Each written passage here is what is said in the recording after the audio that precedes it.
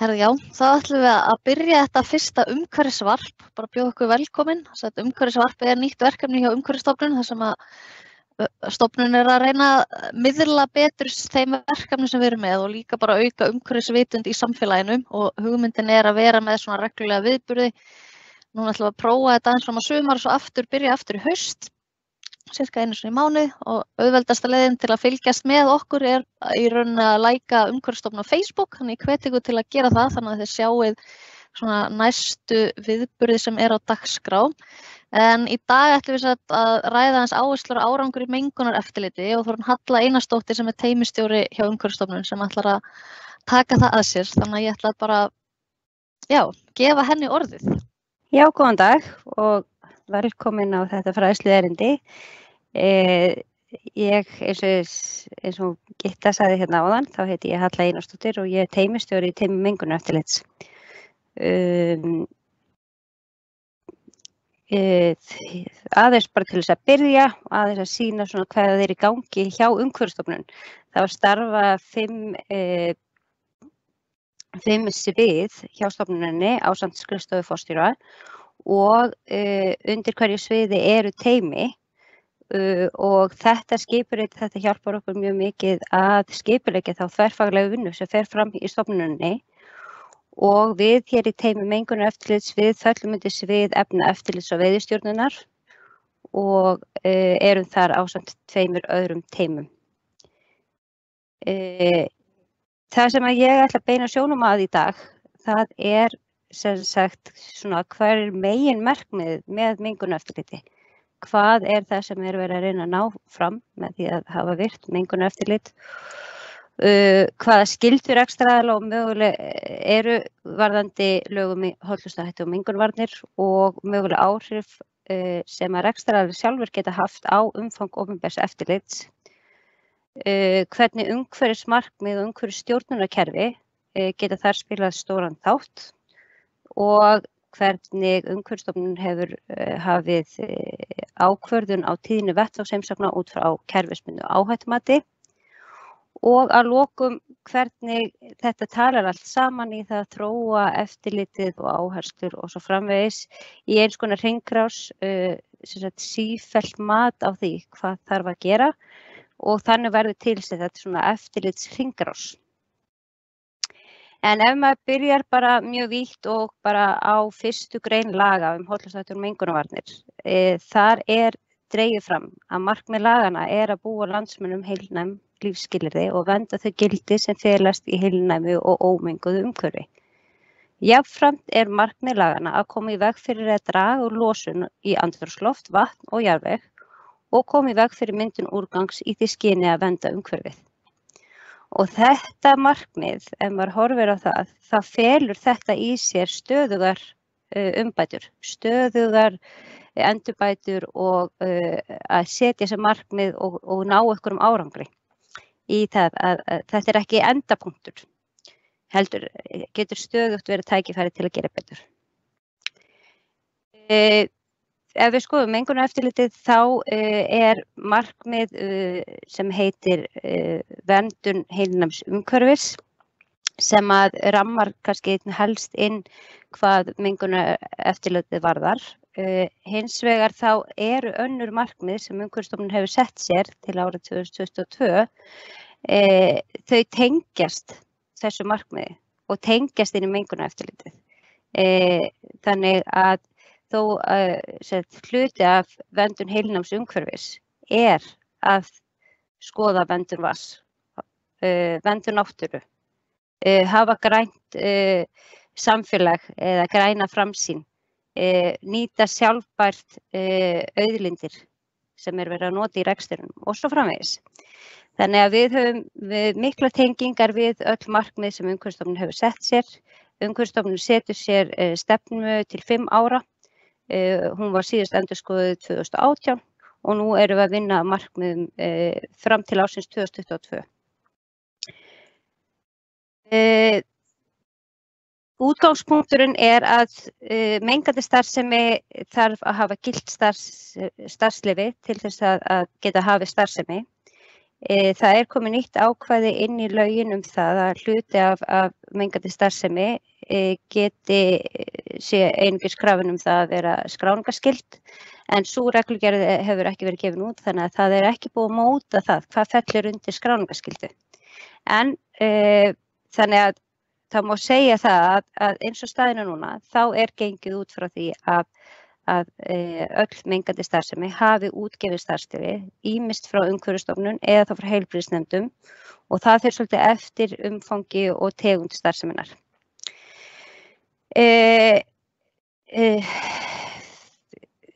Já, svo tekið hérna fram, þetta tekið bara beint úr lögunum, starfsleyfi skal veitt starfsemi uppfylli hún þær kröfur sem til hennar gerðar, samkvæmt lögum hollustuhætti og mengunarvarnir og reglugerðum settum samkvæmt þeim, að teknu tilliti til annarra löggjafar.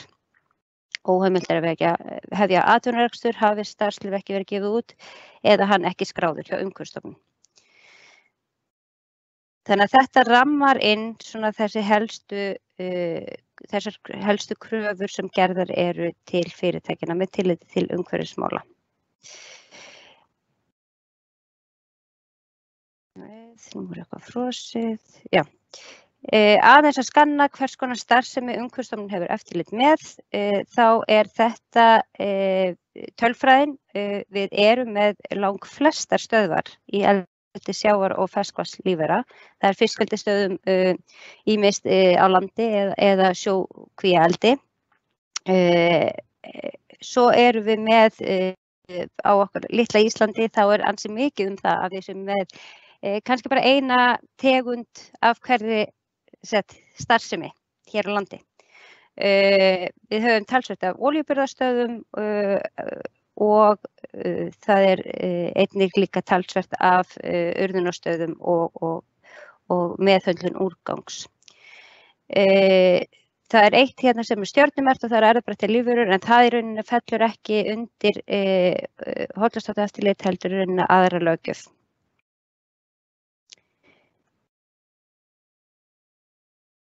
En hvað felst í mengunareftirliti? Mengunareftirlit það felst mikið meira í alls kyns samskiptum og viðameira heldur en endilega bara heimsókn á ákveðnu tímabilsfresti. Meðal annars móttaka og yfirferð gagna og þetta mjög mikilvægt aðhald í því að gera varúðarráðstafanir og að rekstraraðilar hafi vitneskju það hvaða umhverfisáhrif og hvernig gengur í umhverfisstjórnun fyrirtækisins. Þetta sem sagt skilgreint í starfsleyfinu hvaða gögn á að skila og þau yfirfarin af eftirlitsaðilum, þar sem svolítið farið yfir hvort að upplýsingarnar séu nógu skýrar, hvort að það sé eitthvað athugavert og hvort að það sé einhverjar niðurstöður bendi eitthvað til þess að það sé þörf á úrbótum. Næsta sem má nefna að felst í mengunareftirliti, það í rauninni að þessi samskipti, móttaka kvartana frá almenningi eða hverjum sem fyrirspurna og ábendinga. Og verklagið þannig að það alltaf leitað skýringa hjá rekstraraðila. Ef koma ábendingar til stofnunarinnar þá teljum við það mikilvægast að rekstraraðili sjálfur skoði, þessi ábending kemur, hver ástæðan fyrir því? Eitthvað sem við þurfum að bæta? Eitthvað sem við þurfum að laga? Á þetta við okkur? Og svo framvegis þurfum við að skoða þetta eitthvað sérstaklega. Svo metum við hvort það sé einhver ástæða fyrir okkur að bregðast við, eða hvort að rekstraraðili sjáu bara þetta sjálfur, eða hvort að við þurfum að hafa einhverja aðkomu að því eða þrýsta á að það sé gert bætt úr.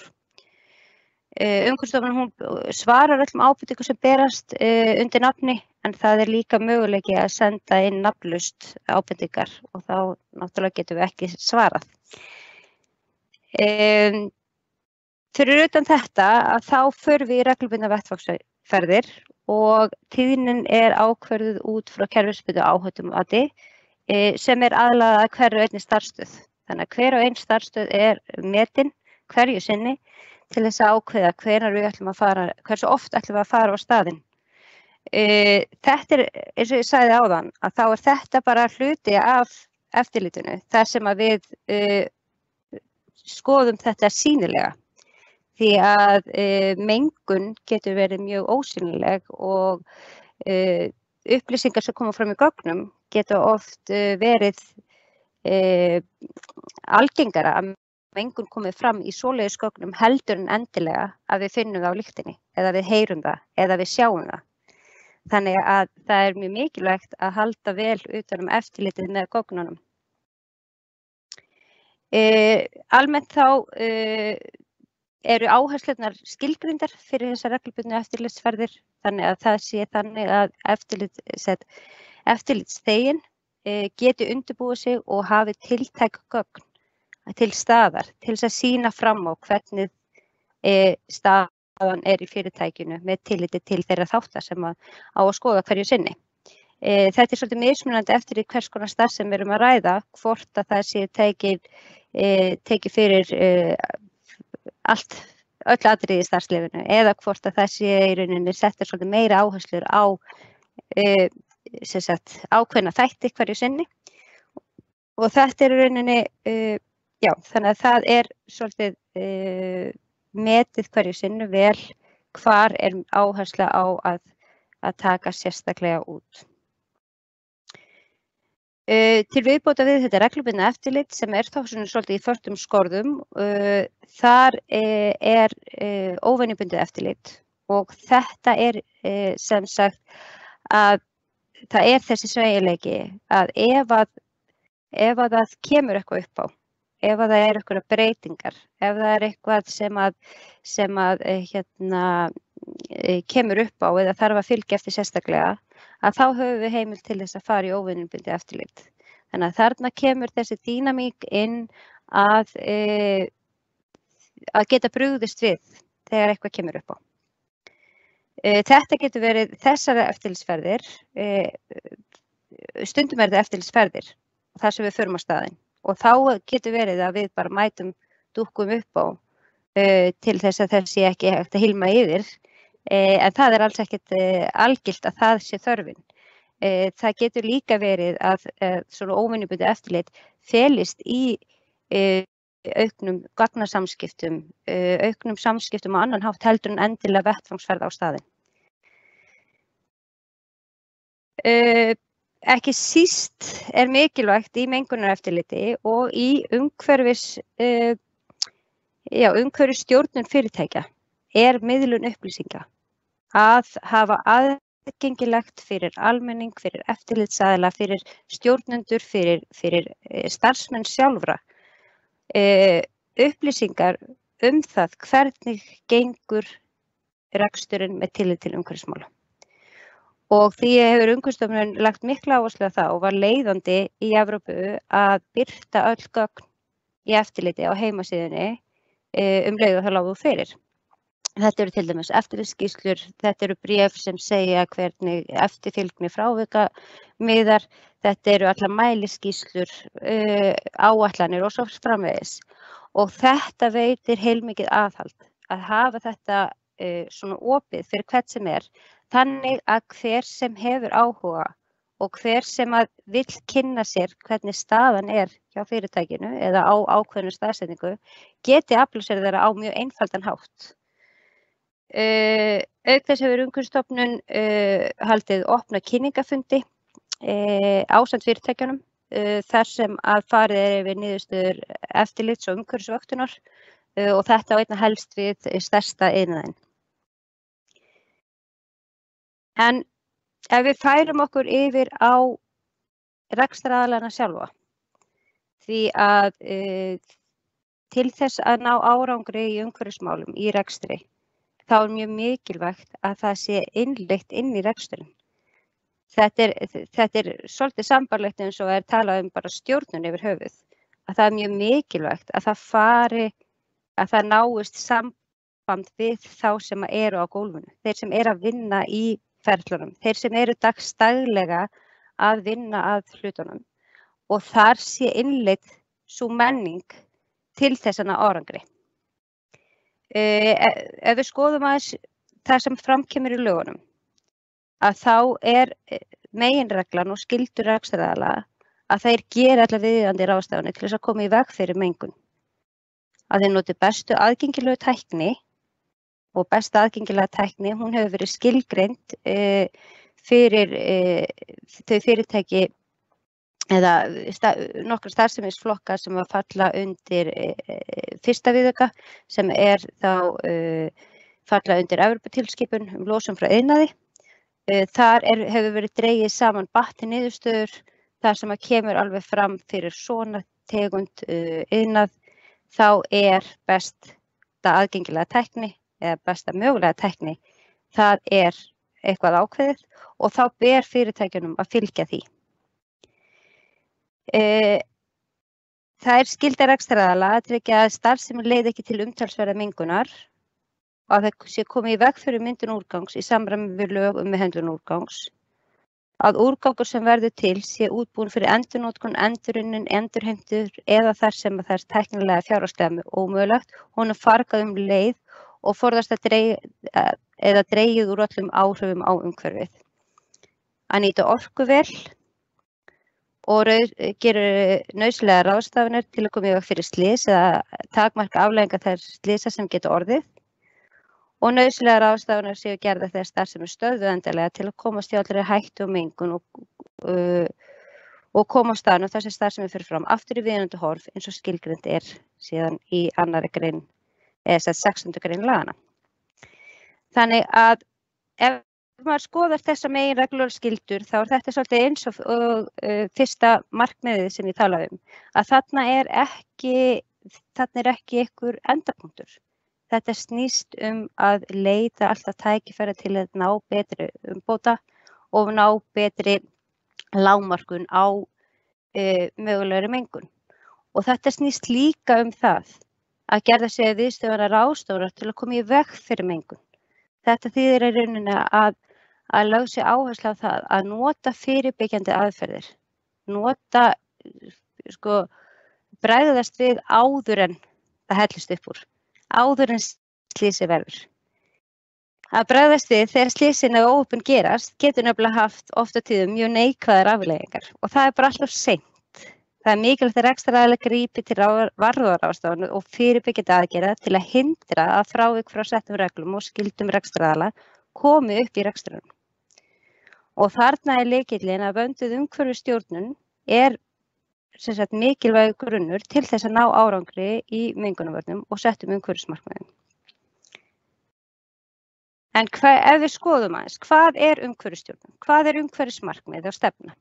Og fyrsta skrefið einmitt að skoða hvert ætlum við að fara, hvert markmiðið, hvert ætlum við að stefna. Þetta eins og segi, þetta svona fyrsta skrefið. Umhverfismarkmiðin verða að vera skoðuð og hönnuð út frá hverju fyrirtækis fyrir sig og þeirri starfsemi sem að ræða. Þarna skiptir miklu máli til dæmis hverjir eru áhættuþættirnir, hvers eðlis starfsemin, hversu margir starfsmenn að ræða, hversu víðtæk þekking innan fyrirtækisins og hvað mikilvægt að bæta úr og svo framvegis. Þannig að fyrsta skrefið einmitt að greina hverjir eru helstu þættir í starfseminni og hver svona umhverfisáhrifin eða mengunar þátturinn í hverju einu skrefi. Og þarna mikilvægt að muna eftir öllum þessum svona stoð skrefum. Til dæmis í álveri, það kannski ekki endilega bara spurningu losun út skorsteininn, heldur kannski líka hvaða búnað erum við að kaupa okkur. Hversu sjálfbær erum við því að nýta fatnað vel? Hvernig veljum við hvernig matur keyptur inn? Hvað fer mikið í matarsóun? Og svo framvegis. Fullt af svona stuðnings eða svona hliðar þáttum sem engin spurning að það hluti af starfsemi. Og þarna með þessari greiningu að þar liggur einmitt lykillinn að því að finna þá hvaða tækifæri liggja til þess að bæta árangur og aðlaga starfseminni að breyttum aðstæðum. Þegar maður setur umhverfismarkmið, þetta bara sambarlegt eins og þegar við erum að setja bara markmið í lífinu eða hvar sem við erum að setja okkur markmið, að þá mjög mikilvægt að rýna vel, raunhæft að ná þessu markmiði. Það kannski ekki raunhæft hjá mér að ég segi ég ætla að labba hérna, ég ætla að hlaupa 3 sinnum á Esjuna á dag í maí. Það ekki raunhæft. Þannig að maður verður að skoða hvar fyrirtækið statt í dag og hvað raunhæft að ná innan einhver ákveðins tíma. En til þess að sjá, erum við að fylgja stefnunum okkar? Erum við að ná árangri? Erum við að, þetta fara í rétta átt? Þá mjög mikilvægt að setja séu einhverju mælikvarðar og það séu við mældur árangurinn og það séu sem sagt sett einhver ákveðin mörk, ákveðin tímamörk eða töluleg mörk, hvenær tilsettum árangri skal náð. Og sem dæmi að við gætum sett okkur markmiði, ok, nú ætlum ég bara að minnka matarsóun. En til þess að vita hvort ég sé að minnka matarsóun, þá verður við einhvern veginn að koma okkur upp mælikvarða. Það getur verið að kannski þarf það að vera bara það gróft að maður sé bara að telja hversu oft fer ég út með ruslið úr eldhússkápnum. Það getur vissulega betra því nákvæmari sem mælingin og best að vigta þannig að við getum bara sagt, ég bara búin að bæta mig nokkur grömm. Því að það getur verið að hvert lítið skref leiðir af sér stærra skref. Þannig að við sjáum kannski ekki akkurat ef við myndum bara telja matarpokana, að þá myndum við kannski ekki finna tilfinninguna það að við værum sjaldnar að fara með heilan poka, en við kannski myndum finna það að hann væri léttara og léttara með hverju. Þannig að það getur verið svo mikill hvati að sjá, ok, við erum að komast eitt skref áfram. Þannig að þetta mjög mikilvægt í því að reyna að staðsetja fyrirtækið og hvar eru tækifæri og setja stefnuna í rétta átt. Umhverfismarkmið og stefnan, þetta eins og ég segi, þetta fyrsta skrefið, en það ýmis tól og tæki sem mjög mikilvægt til þess að styðja við það að vinna að þessum markmiðum. Og það eru til dæmis, eins og ég sagði áðan, mælingar og skráningar, því að það ekki kannski endilega að við getum vigtað allt saman, en skráningar getur verið mjög mikilvægur þáttur til þess að greina hvernig staðan, hvernig þróunin og svo framvegis. Ég ætla að varpa núna upp svona skilyrði sem sett hafa verið í BAT-niðurstöður, skýrslur BAT-niðurstöður, sem að á við, eins og ég sagði áðan, iðnað sem í fyrsta viðauka og sem svona umfangsmesti iðnaðurinn, en þó að sé að ræða lítinn rekstraraðila, fáa starfsmenn, lítið umfang, þá þessi atriði og þessi skref, þau geta átt við alla. En hins vegar þá getur hvert skref verið mjög umfangsmikið eftir því hversu umfangsmikil starfsemin Þannig að þó að þessu margir töluleiðir, þá hvet ég alla til þess að skoða hvernig þetta samræmist þeirra rekstri og nota þetta sem leiðarljós til þess að greina og koma á umhverfisstjórnunarkerfi í sínum rekstri. Í BAT-niðurstöðunum þá segir að best aðgengilega tækni sé að koma til framkvæmda og fylgja umhverfisstjórnunarkerfi sem felur í sér alla eftirfarandi þætti. Það í rauninni fyrst skuldbindingar stjórnenda og þar með talið yfirstjórnar. Þetta á alls ekkert við alla, því að það ekkert allstaðar þar sem við erum með yfirstjórn í rekstri. En þetta þýðir í rauninni að fá þá sem að hafa ákvörðunarvaldið borð og að þeir að þetta sé tekið inn í reksturinn og allir séu með. Skilgreining á umhverfisstefnu sem tekur til stöðugra endurbóta á stöðuna af hálfu stjórnenda. þetta svolítið það sem ég var að tala áðan. Áætlanagerð og koma nauðsynlegum málsmeðferðarreglum, almennum og sértækum markmiðum í tengslu við fjárhagsáætlun og fjárfestingu. Mjög oft einmitt að þetta verður að tengjast við fjárhagsáætlun og fjárfestingaráætlanir. Því að oft á tíðum þá felur þetta í sér, einhverju fjárfestingu sem þarf að eiga sér stað til að koma hlutunum í gagnið, en það er líka oft dæmi það að það, og mjög algengt, að þegar búið að koma því kerfi á, að þá leiði það til hagkvæmari rekstrar eða leiði af sér fjárhagslegan ávinning. Varðandi málsmeðferðarreglurnar, það einmitt þessi tímamörk sem ég nefndi áðan, og þar er mjög mikilvægt að búta það niður, að það er mjög mikilvægt að það sé skipulagt og skilgreint hver ber ábyrgðina. Það þarf að vera skýrt í rauninni hver ber ábyrgð á því að þessi keypt minna inn af mengandi efnum. Að það sé valið vistvænir ferðamátar. Hver ber ábyrgð á því að fylgja markmiðum. Þjálfun, næmi og hæfni. Þarna, þessi þáttur, þetta í rauninni snýst það að það sé innleidd sú þekking og það sé, ef að markmiðið bara settur í skrifstofu hjá einum stjórnanda en fer ekki niður á gólfið þar sem að starfsmennirnir eru að vinna, að þá er mjög litla líkur á því að það nái árangri. Þannig að það er mjög mikilvægt að auka þessa þjálfun og þekkingu starfsmanna og hæfni til þess að ná árangri í þessu málum. Samskipti. Það er mjög mikilvægt að það sé skilgreint hvernig eru reglulegir stöðufundir þar sem farið yfir hvernig gengur að innleiða umhverfismarkmiðin. Er það alveg skýrt að ef eitthvað kemur upp á að það sé kallað til réttir aðilar og svo framvegis. Samskiptin geta líka verið út á við. Til dæmis með ríkari upplýsingaskyldu til almennings eða upplýsingagjöf til almennings almennt. Þetta getur til og með dregið úr kvörtunum að ef að rekstraraðili sjálfur hefur góð og skýr samskipti í kringu sig að þá sé minna verið að beina því til eftirlitsaðila sem í raun þriðji aðili í þessu samhengi.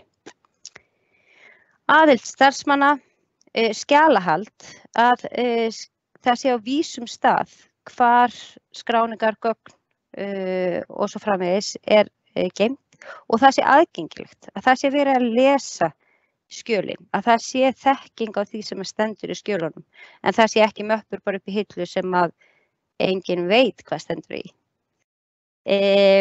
Skilvirk vinnslustjórnun, viðhaldsáætlanir, viðbúnaður og viðbrögð við neyðarástandi, að tryggt sé að farið sé ákveðum umhverfislöggjafarinnar. Og þetta einmitt að það sé í rekstrinum, að þá sé verið að fylgjast með, breytingar fyrirhugaðar í umhverfislöggjafinni. Eitthvað sem að fara, þannig að rekstraraðilar getur undirbúið sig hvað á því sem að koma skal. Svo kemur þetta mat á frammistöðu og gripið sér til aðgerða til úrbóta þar sem sérstaklega áhersla lögð á vöktun og mælingar. Og vöktun og mælingar, þetta getur verið að kaupa, eða það sé mælibúnaður sem mælir bara nákvæmlega styrk mengunarefna og svo framvegis.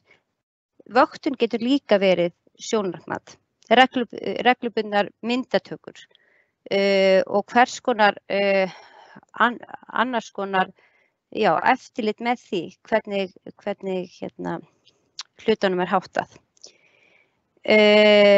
Að það sé skilgreindar aðgerðir til úrbóta og það sé forvarnarstarf. Að það sé til dæmis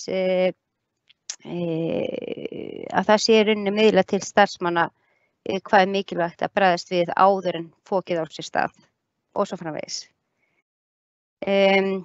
Viðhaldsskráa. Að áætlanir og skrár séu ekki úreltar, að það sé í rauninni stöðugt verið að skoða hvort að það sé ástæða til þess að endurmeta þær og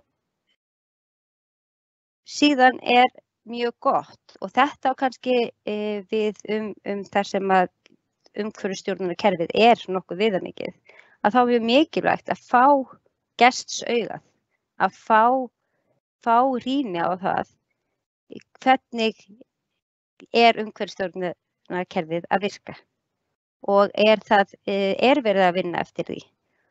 Og þetta í rauninni bæði gestsaugað að fá ytri endurskoðun, en þetta getur líka verið mjög gagnlegt að rýna á milli starfsmanna. Að það sé ykkur í annarri deild sem að skoðar hvernig þekkið þið inn á ykkar ferla, þekkið þið inn á umhverfisstjórnunarkerfið og svo framvegis.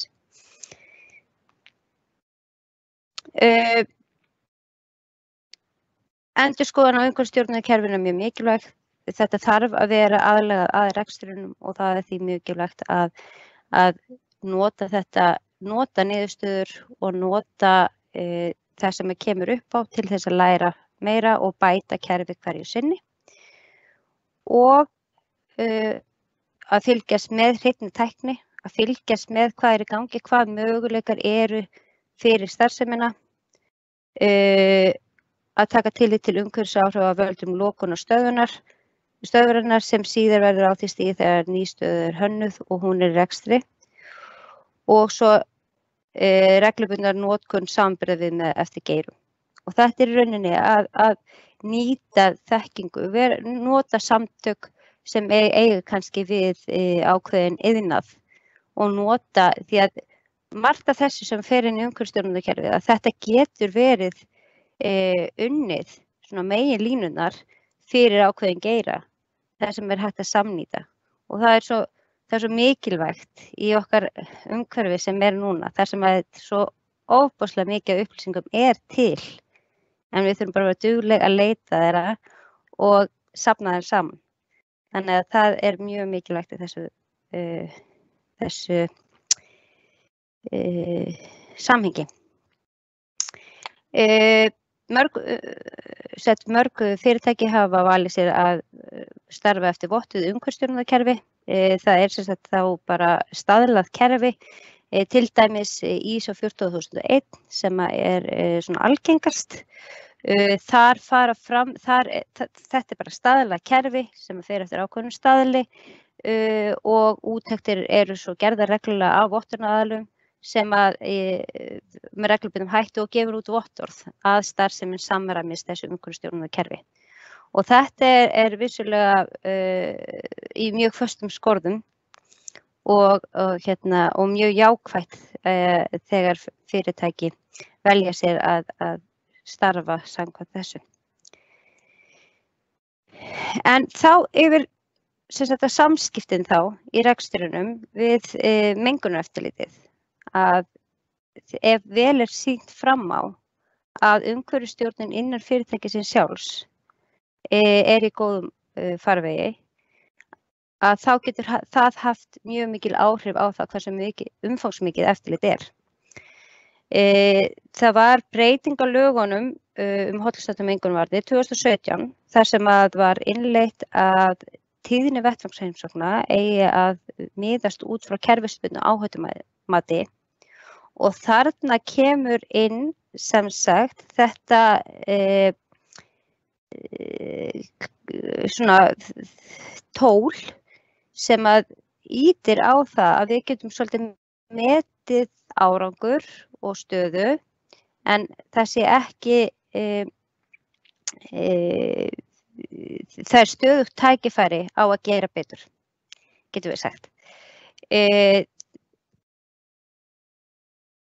Já, þetta svona áhættumiðað eða kerfisbundið áhættumat til ákvörðunartíðni vettvangsheimsókna. Þetta Umhverfisstofnun og heilbrigðisnefndir hafa bæði unnið svona kerfisbundið áhættumat fyrir til að ákveða tíðni vettvangsheimsókna og hver starfsemisflokkur skoðaður út frá 10 áhættuþáttum og ef þið skoðið hérna töfluna sem neðar þá eru þarna grænmerktir.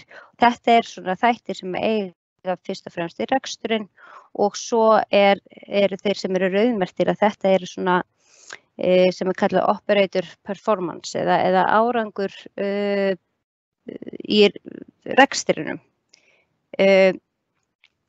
Þarna eru sem sagt hverjum áhættuþætti gefið stig eftir því hvernig árangurinn og samtalan gefur ákveðna einkunn sem að raðar þá viðkomandi starfsstöð í áhættuflokk sem segir til hversu oft við förum í reglubundnar vettvangsheimsóknir.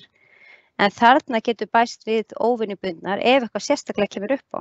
En þetta þýðir bara að sem sagt, hvernig þessar reglubundnu heimsóknir fara fram. Og þarna verður áhættumatið tekið með í vettvangsheimsóknir og það endurskoðað mjög reglulega með því markmiði að rekstraraðili hafi tækifæri á að bæta úr og lækka þar með einkunnina sína og hafa þá möguleika á að hljóta jafnvel minna opinbert eftirlit. Ef að þeir hafa góða stjórn á þessu sjálfur, að þá óþarfi að við séum að hanga á öxlina á þeim. Og þannig tengist þetta allt saman í svona eftirlitshringrás. Ef við byrjum á að skoða, ef við tökum þetta út frá því að við erum hérna í eftirlit og umsýslu, að þá í rauninni notum við þær niðurstöður sem koma í eftirlitinu til þess að ákvarða þá hvar skulu áherslurnar í eftirliti vera, hvar mikilvægt að fara, hvað mikilvægt að skoða og svo framvegis. Og eftir atvikum að endurbæta tæki og tól til framkvæmdarinnar. Tæki og tól, það getur verið gátlistar, það getur verið tölfræði, það getur verið skrá, það getur verið hvers konar. Þetta bara einhvers konar tæki og tól til þess að hjálpa eftirlitinu að fara fram. Og þetta sem sagt fer stöðugt í hringi, þannig að þetta sem sagt þetta endalaust hjól, getur við sagt. Við notum sett niðurstöðunum eftirlit og samskiptasöguna til þess að meta hver þörfin á opinberu eftirliti og niðurstöðunum eftirlitir eru nýttar til þess að ákvarða áherslurnar. Þetta í rauninni ef við skoðum bara Umhverfisstofnun og eftirlit Umhverfisstofnunar. En það líka mjög mikilvægt að skoða niðurstöðunar í eftirliti og í stærra samhengi. Og þar í rauninni hangir þetta líka saman að þegar við erum búin að skoða og greina svolítið niðurstöðunar úr eftirliti hvers árs hjá Umhverfisstofnun, að þá mjög mikið tækifæri á að tengja það í stærra samhengi. Þessar áherslur og fyrirkomulag eftirlitsins, þetta rammað inn árlega í skjali sem heitir áætlun reglubundið eftirlit og birt á heimasíðu Umhverfisstofnunar. Og þarna einmitt gert þá grein fyrir því hvað kom út úr eftirlitinu á síðasta ári og hver verða áherslurnar framvegis. Hvar ætlum við að fara, hvaða þætti ætlum við að skoða og svo framvegis. Í stærra samhengi þá það notað þessa niðurstöður í stærra samhengi með öllu landinu til þess að ákveða hver staðan á mengun frá starfsemi á landsvísu og til þess að setja þá stærri markmið sem eiga þá bæði við heilbrigðiseftirlitinu og Umhverfisstofnun. Og það mjög mikilvægt í þeirri markmiðasetningu að það komi niðurstöðurnar alveg frá, alveg frá botni eða alveg frá framkvæmd eftirlitsins og upp í áætlunina til þess að það hangi saman og að markmiðin séu raunhæf. Þannig að þetta hangir saman og niðurstöður eftirlitsins eru dregin saman í landsáætlun eftirlit og þar sem sérskjal sem þá gefið út líka á Umhverfisstofnun og á við bæði heilbrigðiseftirlit og Umhverfisstofnun til þess að setja þá stærri áherslur, stærri markmið sem nær yfir víðara samhengi, forgangsröðun eftirlits sem skilgreint þá eftir því, umfangið, sem að síðan skilgreinir þá hversu mikið verður eftirlitið og hvernig þetta hjólar allt saman. Þannig að þetta mjög mikilvægt að þetta tali allt saman og þetta mjög, með þessum hugsunarhætti verður eftirlætið mun dýnamískara og verður mun áhættumiðara á að það fari fram þar sem þörfin og jafnframt þessi hvati að fyrirtækin sjálf innleiði sína umhverfisstjórnun inn í sinn rekstur og þau taki ábyrgð og beri ábyrgð á því að hafa málin í góðum farvegi. Að það sé í rauninni ekki verið að banka í bakið á þeim nema það sé þörf. En sömuleiðis að það sé tækifæri til þess að greina hvar þörfin og það sé þá gripið boltann sem fyrst á þeim stöðum. Ef við drögum þetta bara saman, þetta sem þá síðasta glæran. Umhverfisstjórnunarkerfi sem sagt mjög mikilvægur grundvöllur til þess að greina tækifæri til að ná árangri í umhverfismálum í rekstri fyrirtækja. Og með innleiðingu á þessu áhættumati að þá geta rekstrar haft bein áhrif á hversu umfangsmikið opinbert mengunareftirlit og þar sem að það stöðugt verið að nota niðurstöðunar og eftirlitinu til að ákveða áherslur og tíðni vettvangsrannsókna. Þá erum við bara komin yfir í fyrirspurnir, ef einhverjar eru.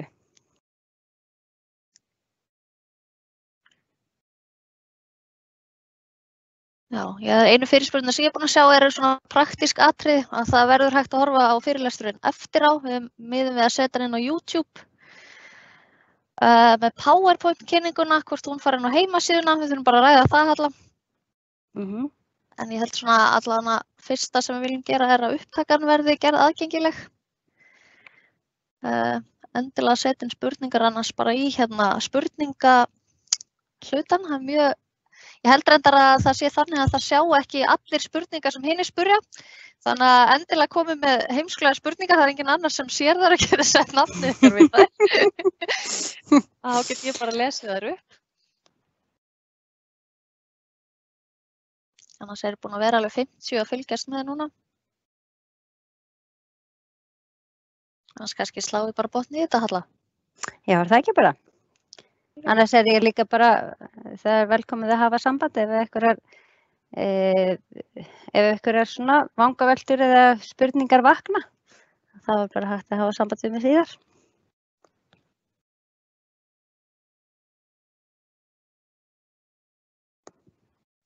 Það ekki bara? Jú. Heyrðu, það þakka ég bara kærlega fyrir áheyrnina. Það hefði verið gaman að sjá framan í ykkur, en þetta samt mjög áhugaverð leið að ná saman og ég vona bara að þetta hafi nýst sem flestum. Já, takk. Já, takk.